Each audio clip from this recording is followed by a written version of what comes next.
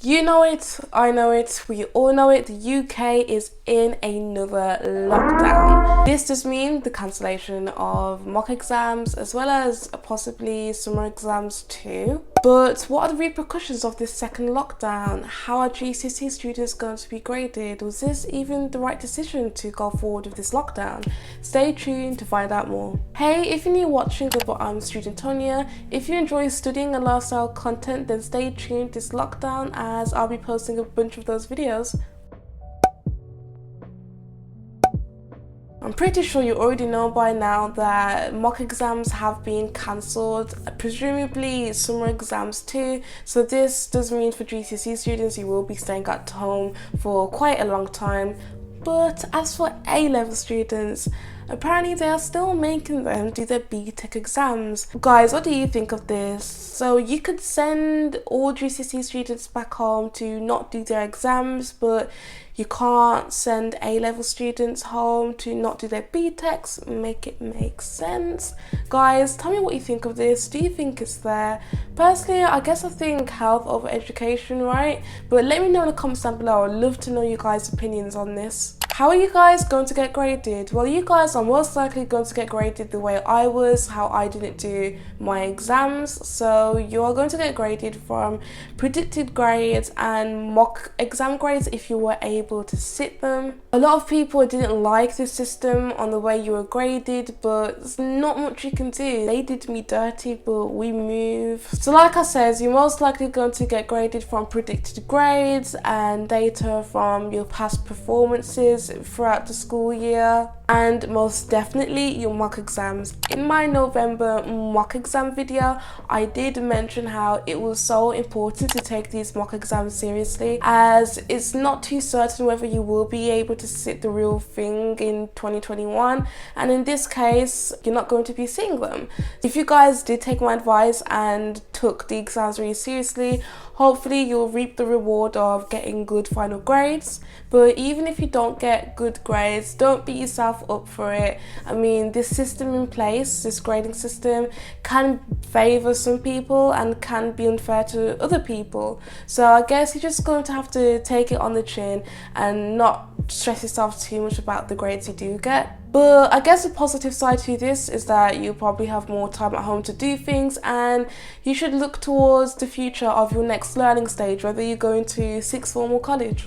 So what should you do now? You have all this time, you don't have any exams. I recommend that if sixth form is something you're considering, then a way to get ahead of the game is to prep for A-levels. Coming from an A-level student myself, I honestly wish I had the willpower to do more to get ahead of the game when prepping for A-levels, as like I mentioned, my exams were cancelled, so I had like around 6 months off, and I really wished I just had the energy to do more to prep for my A-levels. If you do this, you are able to see what you can do on your own, and within your first couple of A-level classes you can easily just ask for specific help for a certain topic, and it just makes your life so much more easier as you have went out your way to help yourself. So now you just need additional help and you're good to go.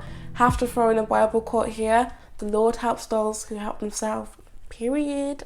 This was the best decision I ever made when my GCSE exams were cancelled. I did get a head start on my A-level course. It's because the beginning of it is literally just reviewing GCSE content. So these are things you should already know. In this case for me, sometimes the teachers would skip over this content is because they already expect you to know.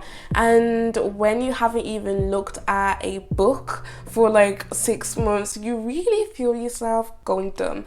Like there was some basic GCSE stuff I just couldn't do because I've just forgotten so much over 6 months. It's honestly crazy. So I highly insist that you do some sort of revision, or not even revision, just review GCSE notes so you don't forget on a lot of information. So yes, it did take a while for me to adjust back to reality after having 6 months off not really doing any work. So this will make your transition to A-levels so much more easier. I swear, you guys have to try this. But however, by all means, take a break. If you have recently sat mock exams, then you guys deserve a break. I remember mock exams probably being one of the most intense things I've probably done. Don't burn yourself out, like this is the time to relax, but don't get too carried away like me doing nothing for 6 months until last minute.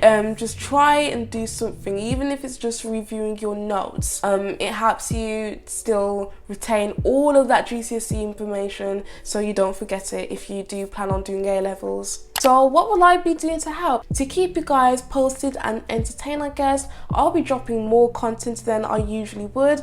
I'll be doing this on Instagram and hopefully TikTok. Links to my socials are in the description box down below. And don't forget to hit that sub button as well as the notification bell. Like I mentioned, more content will be coming. So the first lockdown was already hard enough. Boris really said round 2, let's go.